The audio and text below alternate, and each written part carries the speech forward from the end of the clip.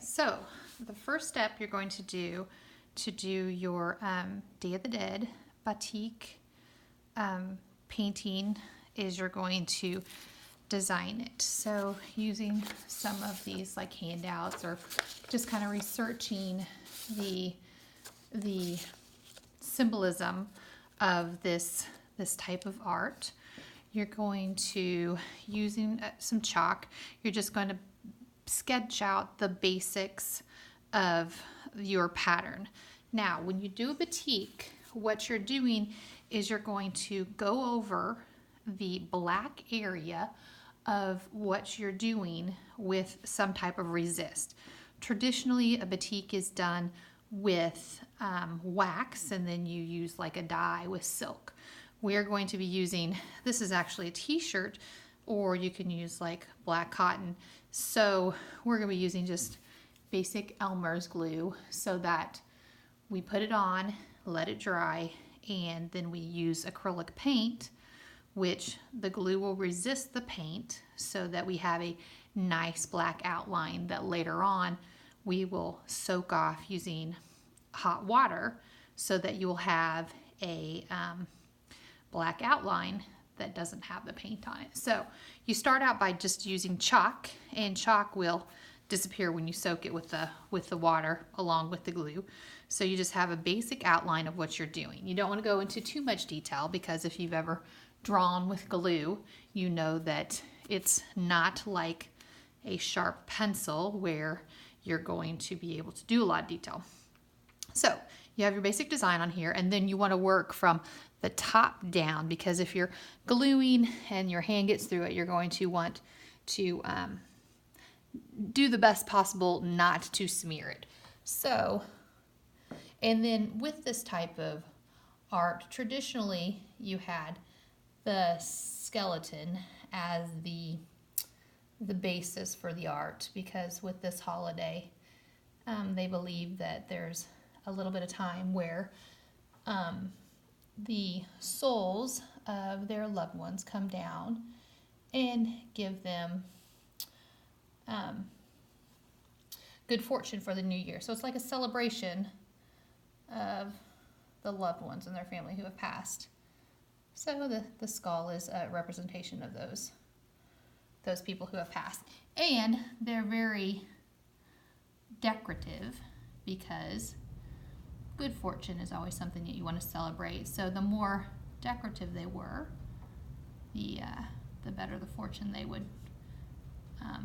express.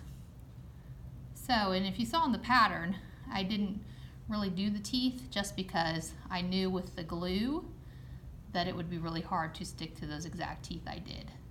So I'm just kind of randomly putting in some teeth.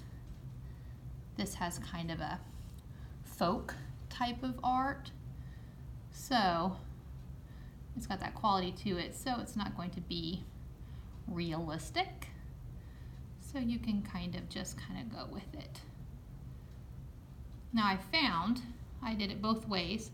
If you're using the black cotton, it's easier to paint on, but if you use a t-shirt, if you stretch the material really good, it will be easier to paint on, or easier to glue on. Now, if you go to glue and you make a mistake, you can't wipe it off because the glue has already sealed that area. So you kind of just have to go with it and just adjust that area the best you can. Make a mistake into something great.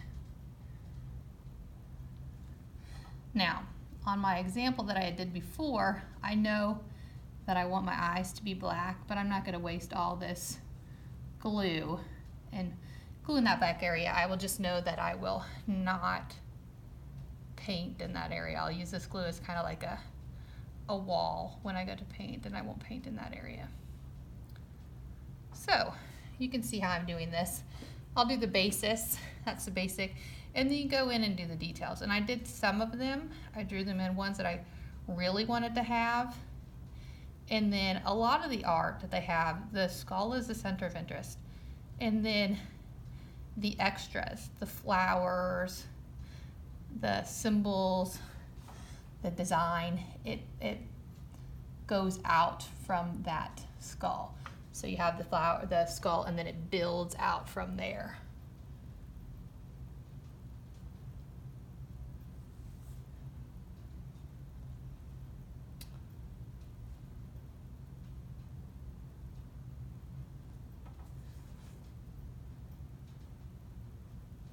So you would just continue to paint with your glue or draw with your glue until you had the whole thing covered, and then you would let it set to where you knew it was sealed overnight, because you want to have your glue be completely set before you go to paint it, because otherwise if it wasn't, it would start to come out as you go to paint it. So I would finish this up and let it set overnight, and then the next clip I'll go over how to paint it.